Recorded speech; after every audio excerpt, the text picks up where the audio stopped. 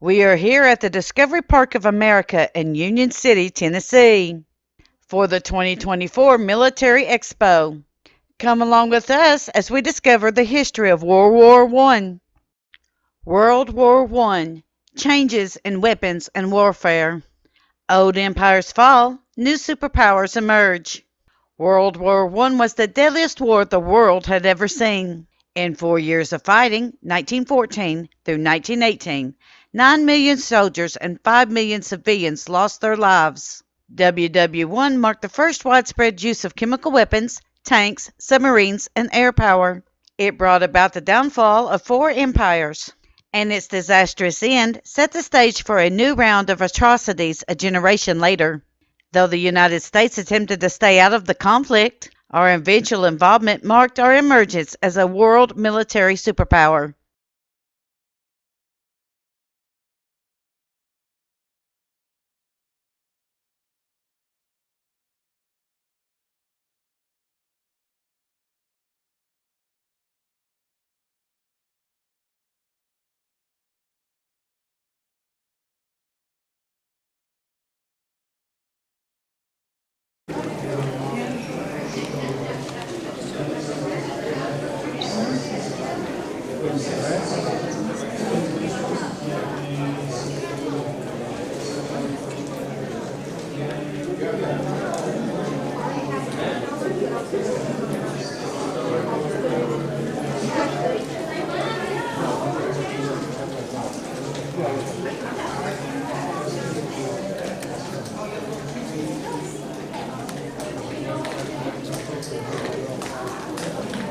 Fighting the war, machine guns.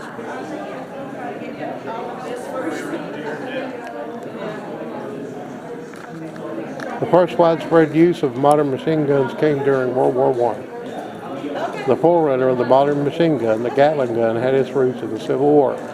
Firing the Gatling gun involved continuously turning a crank, which made it prone to jamming and other malfunctions. By the outbreak of World War I, by the outbreak of World War I, machine gun technology had evolved. Soldiers could now pull a trigger and fire a continuous stream of bullets. Machine guns were highly efficient in killing machines.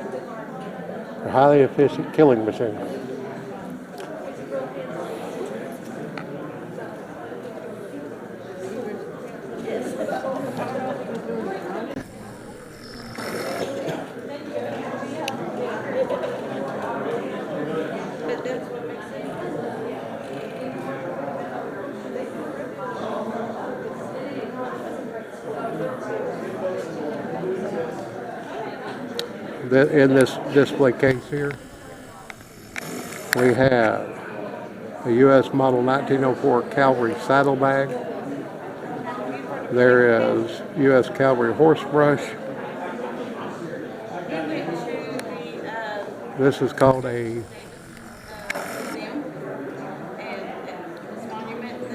U.S. Cavalry Model 1912 curry comb and hoof pick.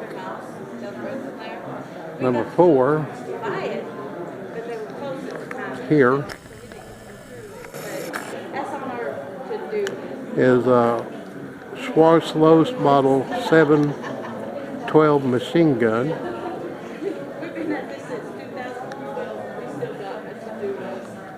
And the gun over there is a Russian Model 1910 Maxim machine gun on Solokov wheeled mount.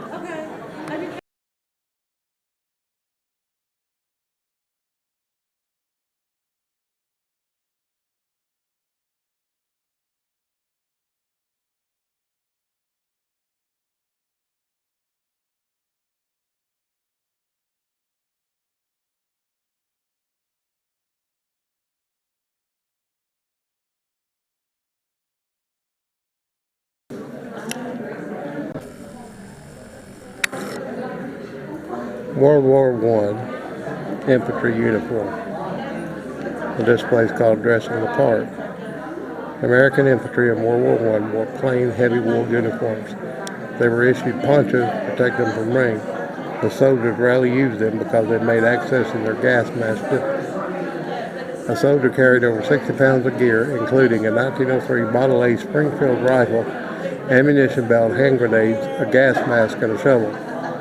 They kept their utensils, canteen, and first aid kit inside a haversack. Number 1, which is this.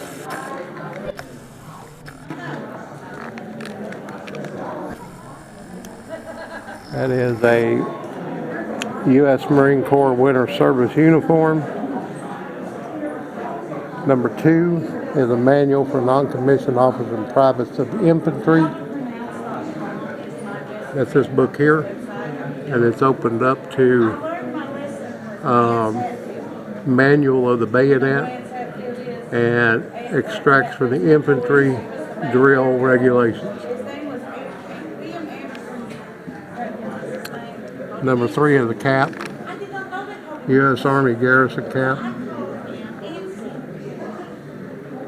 Number 4 is U.S. Army Model 1910 pack carrier.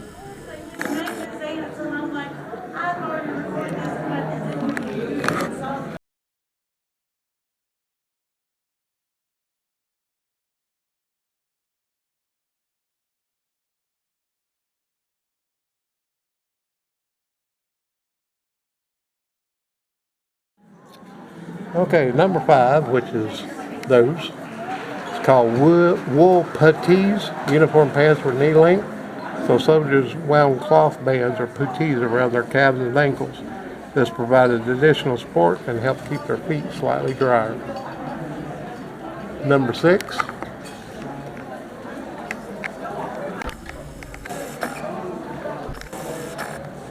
Is a British small box respirator and carrying case belonging to the Raymond L. McNatt of the U.S. Army. Gas masks were a necessary part of any soldier's gear. Poison gas was an established part of the conflict by the time America joined World War I. More than 30% of American casualties in the war were the result of poison gas.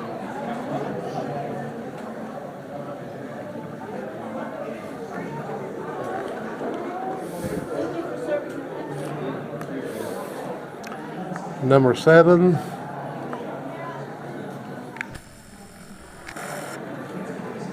is a German model P08 Luger pistol.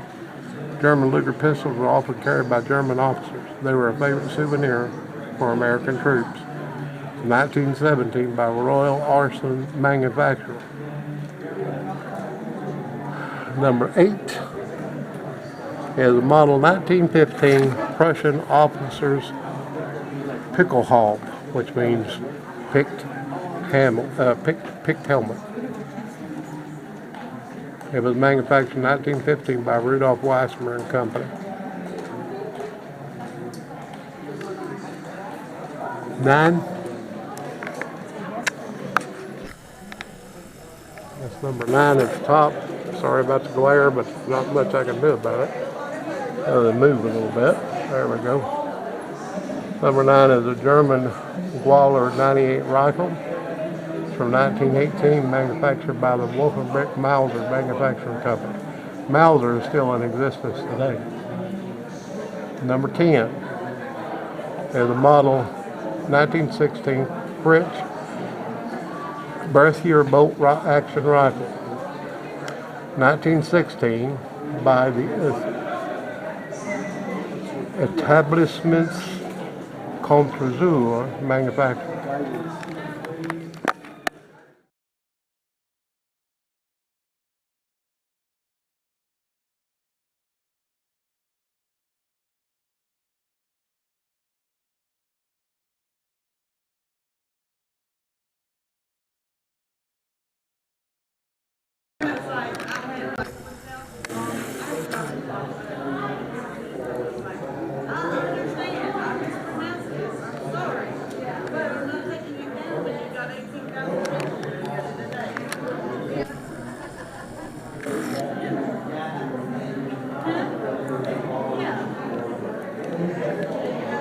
Number 5 is U.S. Army Infantry Division Model 1917 Doughboy helmet.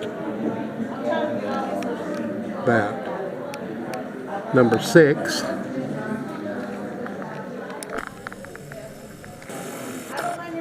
is the model 1903 Springfield bolt action rifle.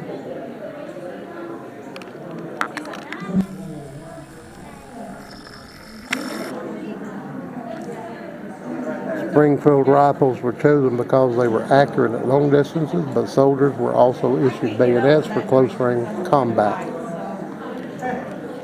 Number 7, of course, that is a bayonet. If you notice, it's got a hole on the top. That's for the gun barrel to go through.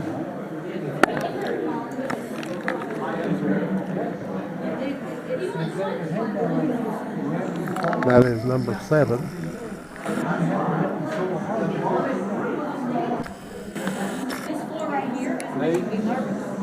U.S. model 1892 Craig Jorgensen bayonet.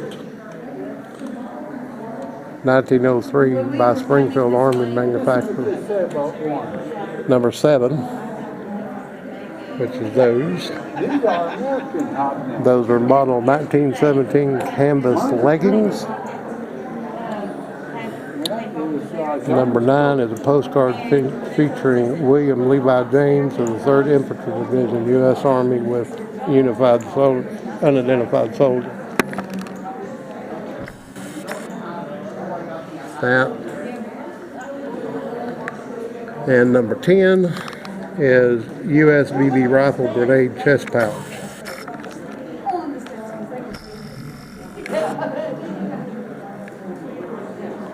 So that was manufactured in 1918 by George Pride and Company. This display is called Living the War, the Life of a World War I Soldier.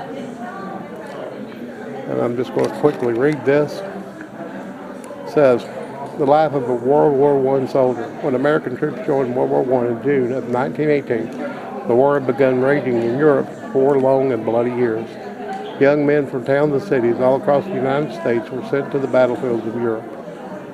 To the war-weary troops on those battlefields, the Americans seemed strong and optimistic. They were quickly nicknamed doughboys.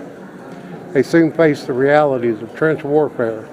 Troops had to endure seemingly endless artillery bombardment, bombing from the air, machine gun fire, and the threat of poison gas attacks.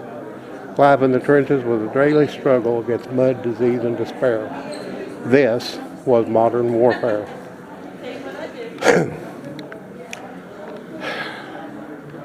I'm going to start here. That is a handheld shaving mirror. Number 2 is a U.S. Army songbook from 1918. The shaving mirror was 1914 to 1918. Number 3, which is this document here, is the soldier's English and French conversion book. Number 4, here. It's not wanting to come into focus. There we go. Number 4 is a pass issued to Colonel Harry Marshall Harper of Union City, Tennessee, U.S. Army. Number 5 was a notice of classification postcard issued to Harry Marshall Harper of Union City, Tennessee, U.S. Army.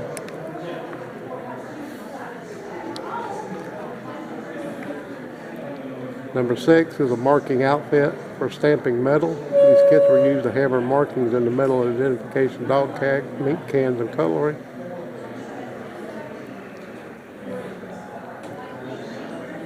Number 7, identification for Harry James Patterson, U.S. Marines.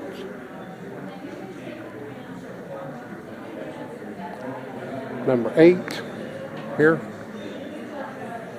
is correspondence letter to Colonel Harry Marshall Harper of Union City, Tennessee, U.S. Army. Number 9 is the Ariston Deluxe cigarette case. The souvenir cigarette case was brought back from World War I by Colonel Harry Marshall Harper of Union City, Tennessee. Number 10 here.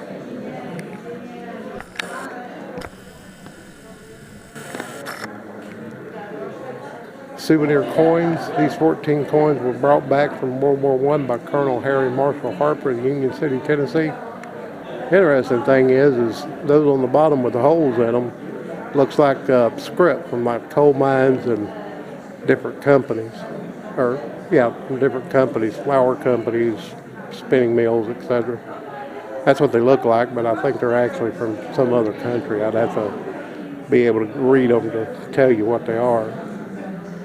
Number 11 is a wooden shoe. The souvenir shoe was brought back from Paris, France after World War I by Raymond L. McNatt of Union City, Tennessee, U.S. Army.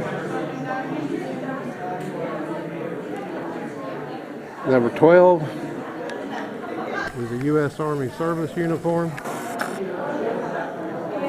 And number 13 is U.S. Army service overcoat.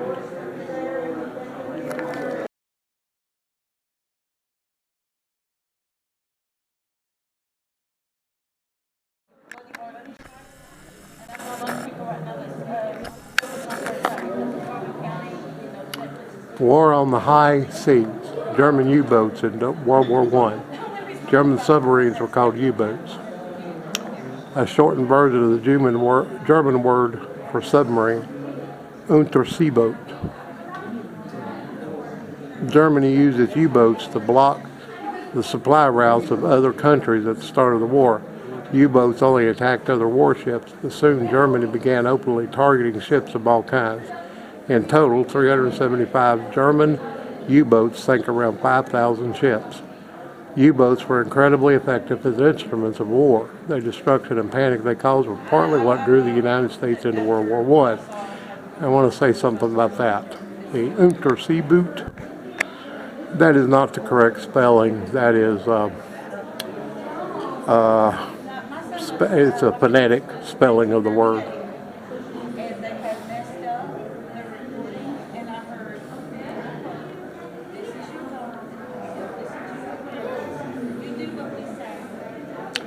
These things were basically tin cans that went under the water. It was really something. This is a gyroscope. This place called War on the High Seas. There's the gyroscope. It says gyroscope from U-boat 150. Gyroscope was removed from a torpedo aboard a surrendered German U-boat at the end of World War I. Gyroscopes were early weapons guidance systems. Their job was to keep each torpedo on a straight path to its target. German directional torpedo gyroscope, circa 1914. This is a display about trench warfare.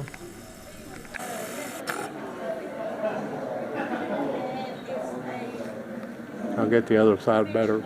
Got some flashback. Several leggings, a boot. Not sure what number 3 is. That's a 75mm shell-based trench art commemorating the Battle of Verdun. Number 4 is an officer's leather leggings. Number 2 is a 1918 trench knife with a set of brass knuckles built in. Number 1, U.S. Pershing boots belong to Raymond L. McNatt of the U.S. Army.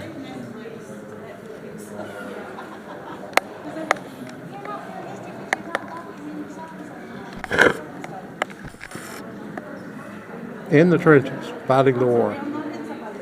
The display is called Fighting the War in the Trenches. By the end of the war, over 24,000 miles of trenches stretched across Europe. Life for the soldiers inside these trenches was nothing short of horrendous. Mud, disease, rats, lice, and constant fear defined men's time in the trenches. The space between enemy trenches was known as no man's land. Crossing it during daylight was suicide, though the odds at night were not much better. The bodies of the dead and dying could lie on the ground for days before it was safe to collect them.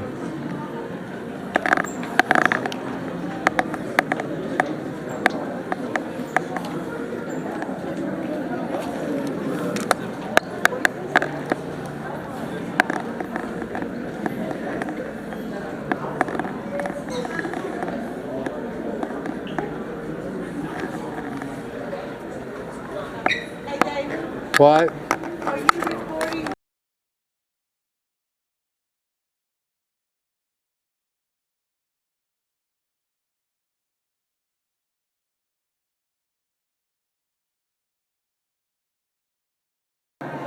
New war, new weapons. The first tanks roar into action. In an age when a large portion of transportation still relied on horses and carts, the tank was a battlefield wonder. The British had developed this new weapon as a way to break the British had developed it. The British had developed this new weapon as a way to break the stalemate of trench warfare in Western Europe. September 15, 1916, was the first time tanks appeared on the battlefield. The concept for an armored vehicle was not new, but weak engines and lack of mobility had crippled early prototypes. Improvements to the internal combustion engine and new designs that tracks instead of wheels made tanks practical vehicle for the first time. The first tanks were clumsy, unreliable, and almost as dangerous to those inside of them as they were to the enemy outside. They were dark, deafening, loud, prone to overheating, and often filled with toxic fumes from their engines. Still, their ability to withstand barrages of gunfire and navigate the shell-pitted landscape of the trenches made them a very useful weapon.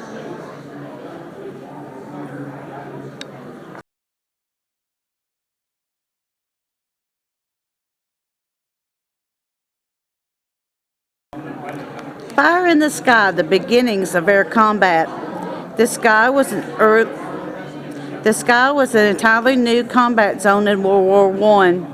The airplane had only been around for 10 years at the start of the conflict. Countries were still unsure of how the countries were still unsure on countries were still unsure of how to incorporate air power into their militaries. At first, airplanes were used to observe enemy positions and to drop very small numbers of bombs. Early on, pilots had to bring their own handheld guns with them. Eventually, engineers figured out how to mount machine guns into planes. Soon, men were engaged in dogfights, prolonged air-to-air battles. The best pilots, known as aces, became famous for their exploits. Air power was used on a limited scale in World War I. Its real importance was setting the stage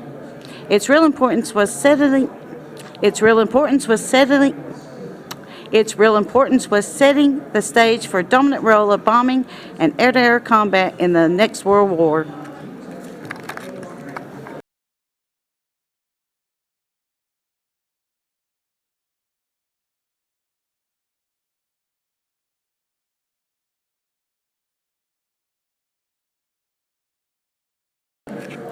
Living the war, food in the trenches, supplying 3 meals a day to over 4 million soldiers, supplying 3 meals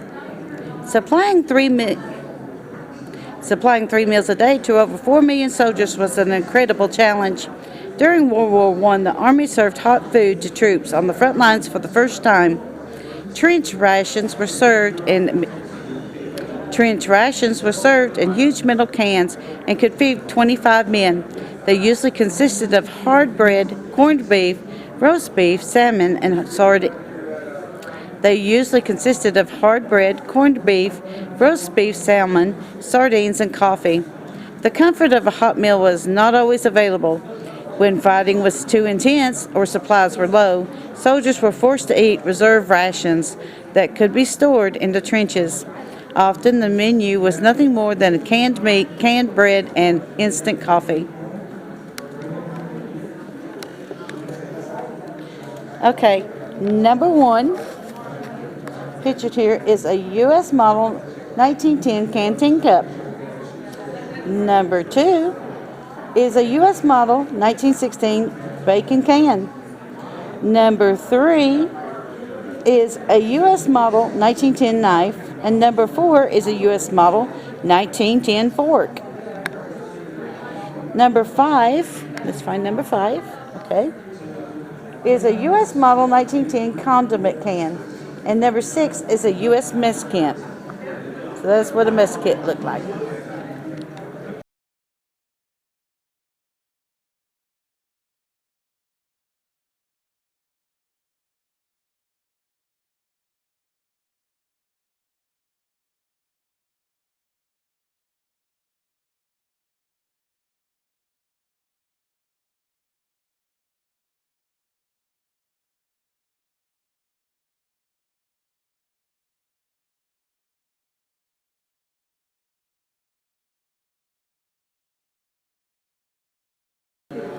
Tennesseans in World War II. For the love of country. Army Air Corps cadet in training often wore sheepskin leather in flight suits, such as this one, to protect themselves from cold weather in the cold, open cockpits. From the cold weather in their open cockpit planes, cadets trained around the country, including at Embry-Riddle Field near Union City. U.S. Army Air Force sheepskin leather flight suit, helmet, and goggles were worn by L. Eric Erickson, flight instructor at Embry-Riddle Airfield near Union City, Tennessee.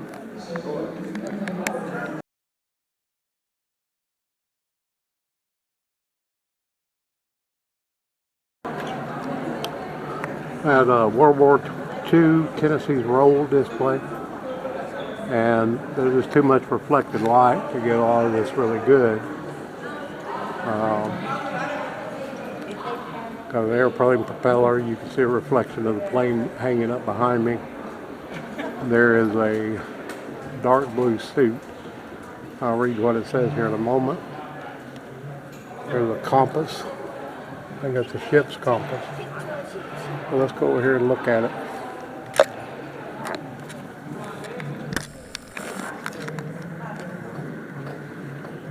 World War II, Tennessee's roll. Beginning in July 1942, civilian flight instructors at Embry-Riddle Airfield trained young men for combat duty in World War II. In just 2 short years, the instructors trained about 26,000 men to fly PT-17 Stearmans and Fairchild PT-19s. Number 1. Here. That's number 1. U.S. Army Air Force cadet dress uniform worn by Embry-Riddle Airfield near Union City, Tennessee. Number 2 is a civilian flight instructor wings pin from Embry-Riddle Airfield near Union City. That's it right there. Number 3, which is this, is a U.S. Army Air Force flying school patch from the 67th Flying Training Division at Embry-Riddle Airfield near Union City, Tennessee.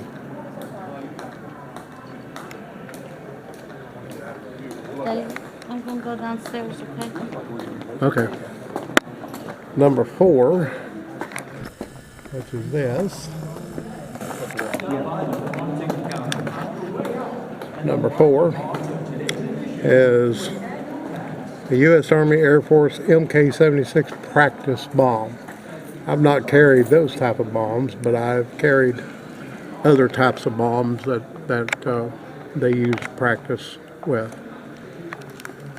Are you wanting to stop here and eat, or you want to wait till we get out of here? Wait till we get out of here. They're a little expensive.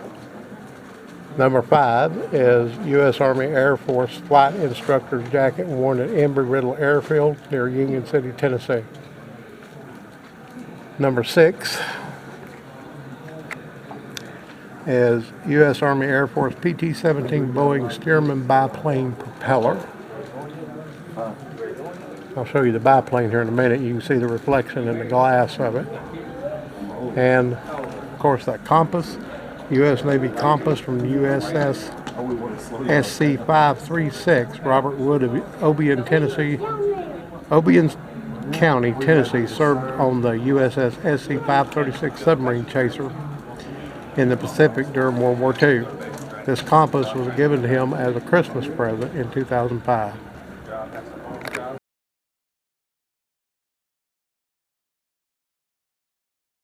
Display Tennessee's role in World War II. PT-17 Stearman, the airplane hanging above you, is a PT-17 Stearman. Display right here. Biplane. I used to have a model of that, Cox model of that actually flew when I was a kid.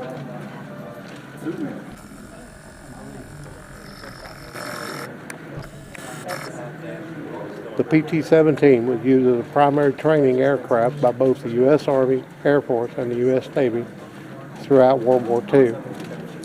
Powered by a 220 horsepower R670-5 model engine from Continental Motors, the PT-17 could cruise at speeds around 100 miles per hour and reach altitudes over 10,000 feet. Aviation cadets would be given their first taste of flying as they took to the air with an instructor as their co-pilot. After learning to fly in the PT-17, the cadets would move on to more advanced aircraft. Beginning in 1942, aviation cadets were trained at nearby Embry-Riddle Field. After the war, Embry-Riddle Airfield was given to Obion County and renamed Tom Stewart Field. The name was later changed to Everett Stewart Field. The Everett Stewart Regional Airport is still open today. Thank you, sir. There's a picture of the PT-17 sitting at the Embry-Riddle University Archives, sitting at the Embry-Riddle Field.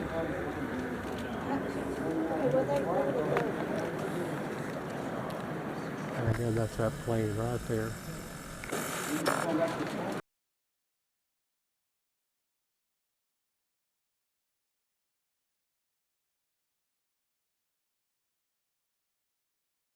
We would like to thank the Discovery Park of America in Union City for their hospitality during the 2024 Military Expo. Please be sure when you're in the area to stop in and catch a glimpse of our nation's history. We thank you for supporting Kentucky Tennessee Living as we are discovering the mysteries that are hidden within our history.